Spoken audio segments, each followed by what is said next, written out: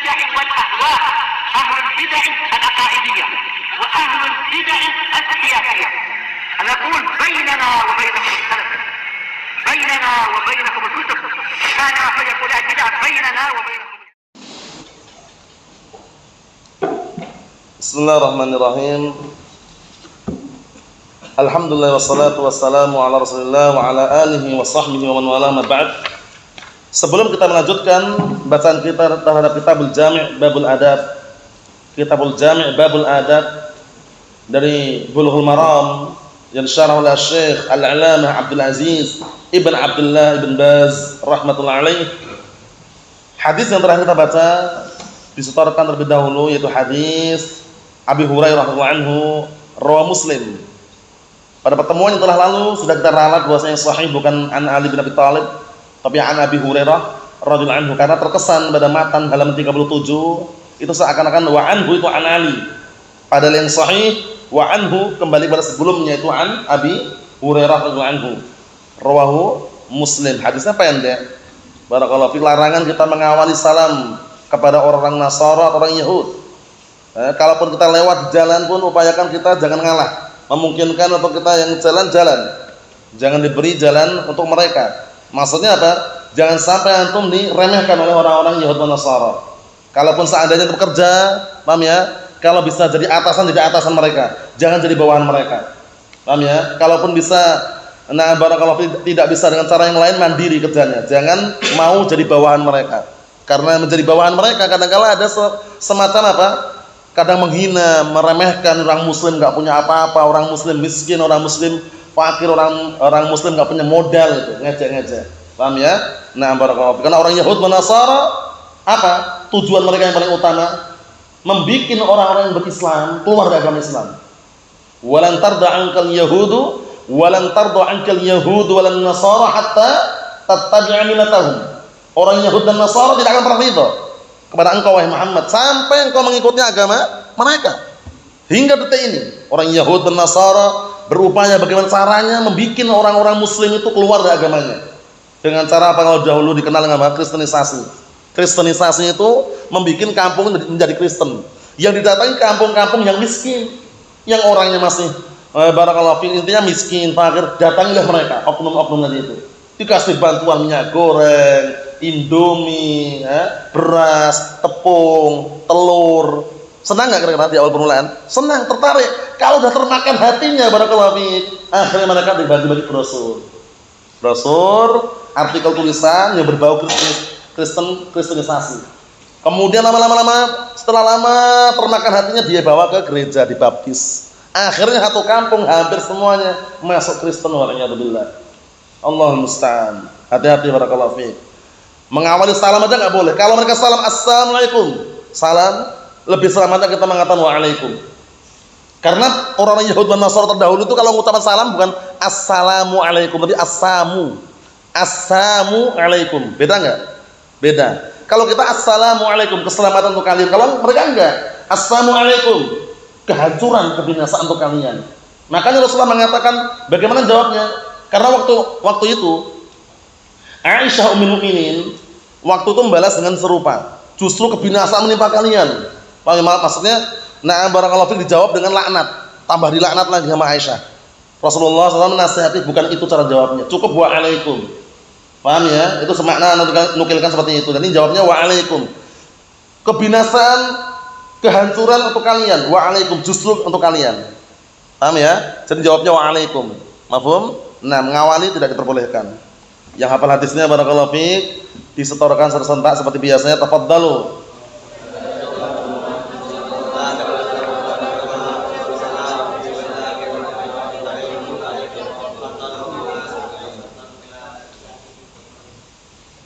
Na'am ahsantum barakallahu fiik. Kita lanjutkan syarahnya halaman 42 bagian bawah itu, atau na'am halaman 43 bagian atas.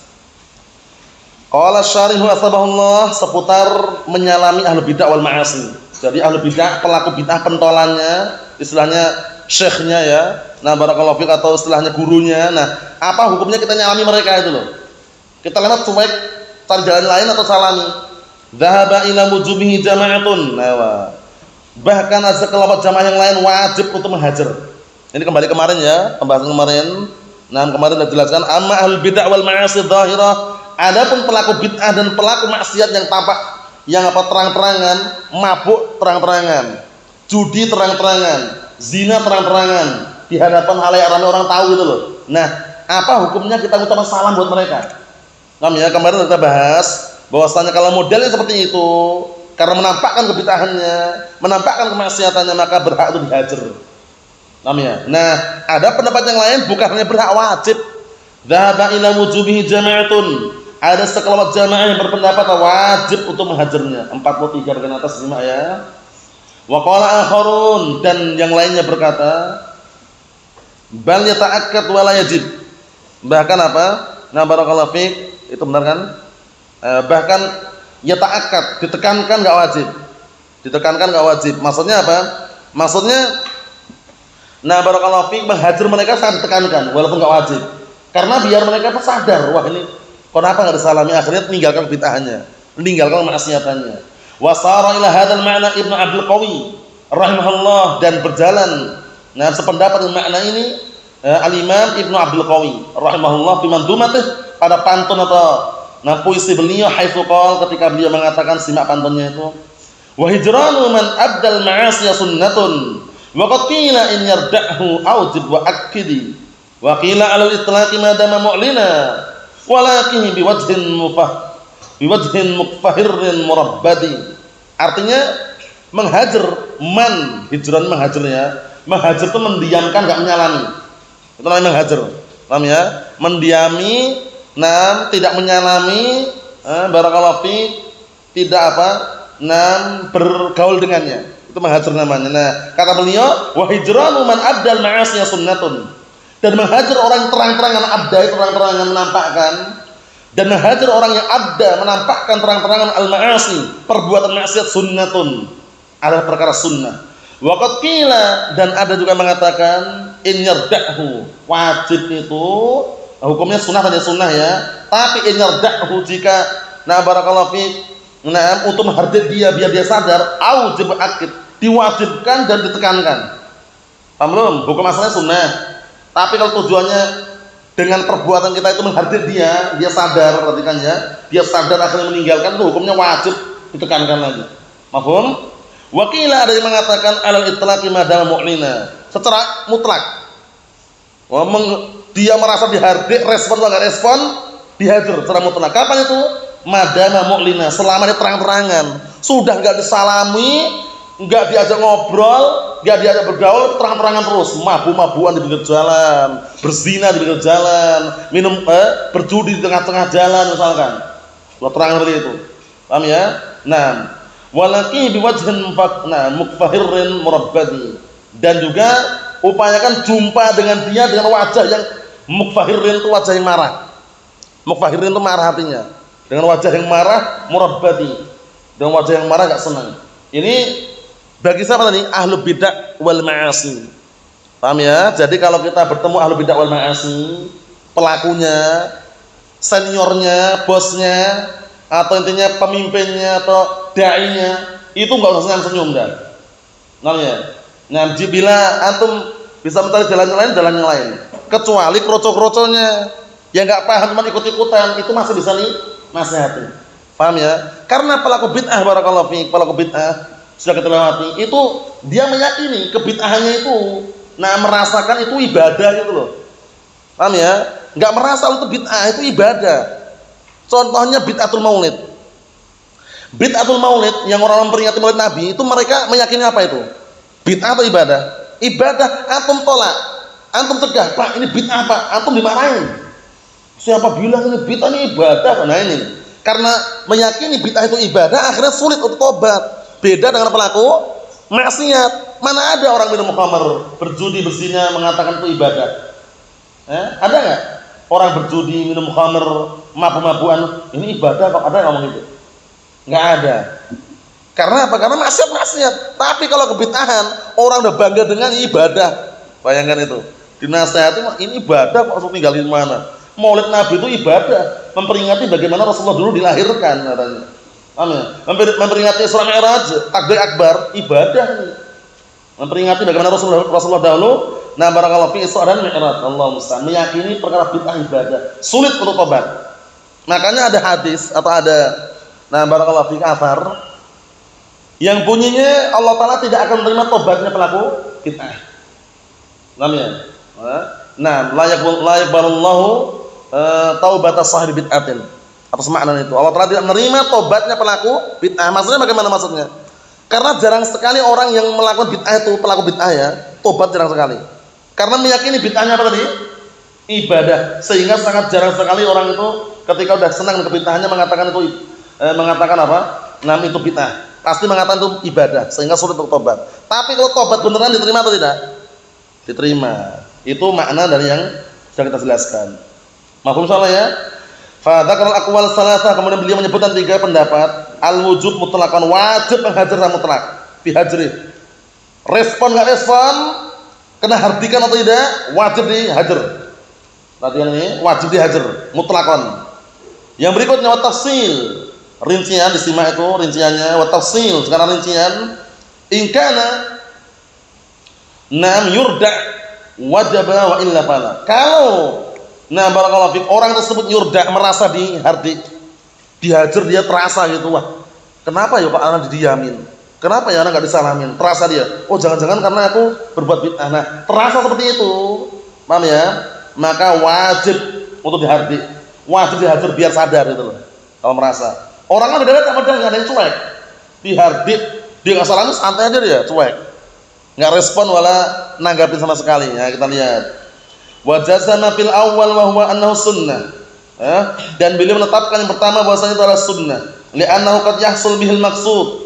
Karena tuh yang pertama itu pasti bagaimana sih pendapat yang pertama. Jadi kalau dihajar ada enggak disalami itu aja sudah terasa, maka cukup.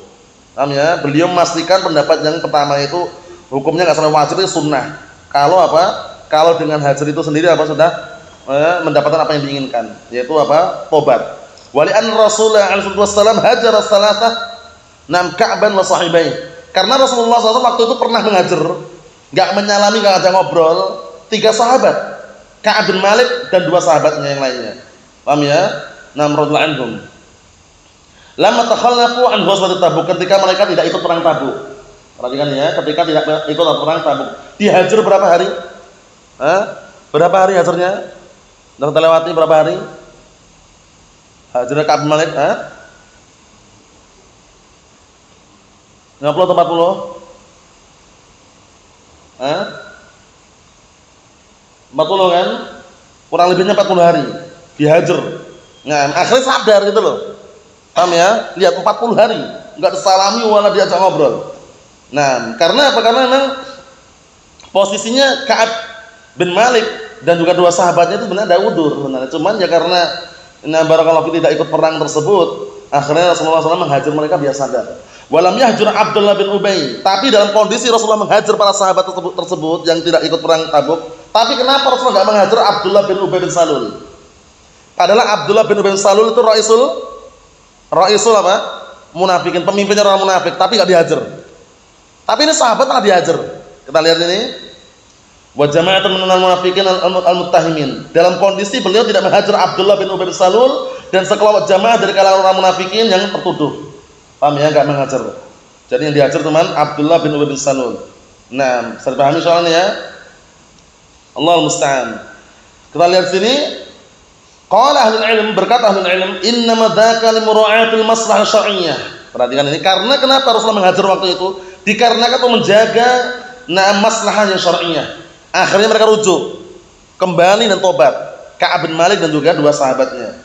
Nah, kemudian kalau Abdullah bin Ubay bin Salul, kenapa kok dihajar? Kenapa kok enggak dihajar? Kok enggak dibunuh? Padahal orang-orang munafik di tengah-tengah sahabat. Jangan sampai muncul fitnah. Jangan sampai muncul apa? Muncul fitnah, isu disebarluaskan bahwasanya Muhammad itu memusuhi sahabatnya sendiri. Belum. Itu diantaranya. Kemudian tidak menghajar karena jelas orang munafik ini. Kalau Ka'ab bin Malik dan 2 sahabatnya itu sahabat, bukan orang munafik, bukan. Paham ya? Kalau ini jelas Abdullah bin Ubay bin Salul raisul munafikin. Paham ya? Dihajar enggak dihajar udah jelas. Paham ya? Na'am barakallahu fiik.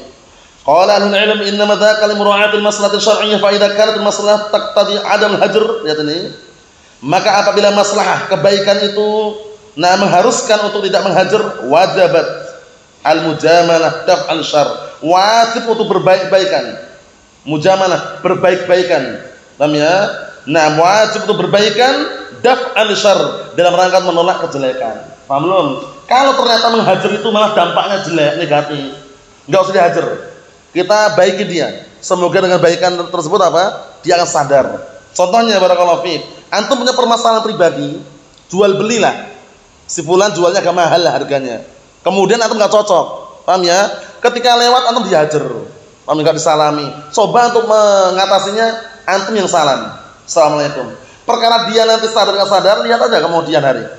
Paham ya? Karena biasanya kalau orang menghajar itu, kalau misalkan dia menghajar tanpa sebab, apalagi masalah dunia, itu kalau kita salami langsungkan dia.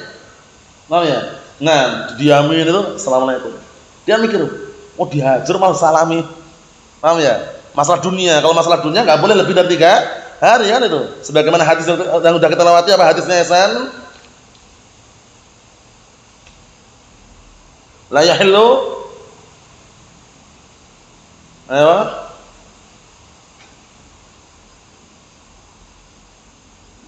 la yahillu lil muslimin an yahjura akhahu fawqa salata layalin yaltaqiyan fayuridu hadha wa yuridu hadha wa khairuhuma alladhi yabda'u bis salam. Ya kan? Tidak halal bagi seorang muslim barakallahu fiik menghajar saudaranya lebih dari 3 hari. Dalam masalah apa nih? Dunia. Masalah dagang, bisnis, urusan masalah itu lah. Dunia pokoknya. Enggak halal menghajar lebih dari 3 hari. Ini bertemu, 2 orang bertemu, ini berpaling, saling berpaling muka dia. La salam wala kalam wala yang lain. Wah gitu. Paham ya? Yang lebih baik yang mana? Yang paling bagus. Wa khairuhuma alladhi yabda'u bis salam. Sebaik-baik orang di antara 2 orang tadi itu yang mengawali salam. Assalamualaikum. Perkara dijawab urusan dia. Karena jawab salam hukumnya wajib, mengawalinya hukumnya sunnah. Bisa dipahami ya? Nah, barakallahu fiik seperti itu. Nah, kemudian wari'ayatan li maslahatil 'amah, dan juga dalam rangka kadang-kala meninggalkan hajar, tidak menghajar itu dalam rangka untuk menjaga barakallahu fiik maslahah yang umum, menjaga kebaikan yang lebih umum. Karena barakallahu fiik dikhawatirkan timbul fitnah dan semisalnya. Rasulullah dan para sahabat kalau membunuh orang munafikin mampu. Tapi kenapa diamkan orang munafikin di tengah-tengah apa? Para sahabat enggak dibunuh? Karena khawatir muncul fitnah Muhammad bunuh sahabatnya sendiri. Itu kan fitnah besar nanti. Tersebar di mana-mana. Nabi Muhammad bunuh sahabatnya sendiri. Padahal yang dibunuh orang munafik. Makanya orang munafik waktu itu di awal permulaan enggak dibunuh gitu loh. Paham ya? Nah, kecuali bikin oner, ketika dalam peperangan lain lagi pembahasannya. Jadi pahami ya, tujuannya apa? Dalam rangka untuk apa? Untuk menjaga kepentingan yang umum dan untuk menolak kejelekan. Wa in kanatil maslahah taqtadi hajruh, perhatikan ini. Taqtadi hajrahu, dan jika maslahah kebaikan itu mengharuskan untuk menghajar dia, li'annahu la yatarattab 'alaihi illa khairun yujibunahu, dikarenakan tidak akan apa? Yatarattab 'alaihi, tidak akan melahirkan barakallahu kata menghasilkan atas hajar tersebut kecuali kebaikan yang barakallahu fi yang mereka wajibkan. Bisa dipahami ya? Maksudnya tidak akan menghasilkan suatu kebaikan kecuali menghajarnya, maka di saat tersebut dilakukan hajar. Paham? Kalau tidak akan menghasilkan suatu kebaikan kecuali menghajarnya, kalau dihajar dia sadar, respon itu baru dihajar. Kama fa'ala Nabi SAW ma'a Ka'ab wa sahibaihi radhiyallahu anhum, sebagaimana yang dilakukan oleh Rasulullah SAW dan bersama siapa? Ka'ab bin Malik dan juga 2 sahabatnya radhiyallahu anhum. Wa hadza fi zamanina, dan ini di zaman kita sekarang ini, wa ba'da zamanina, dan setelah zaman kita nanti. Wa bi kulli zaman, dan setiap zaman, setiap waktu.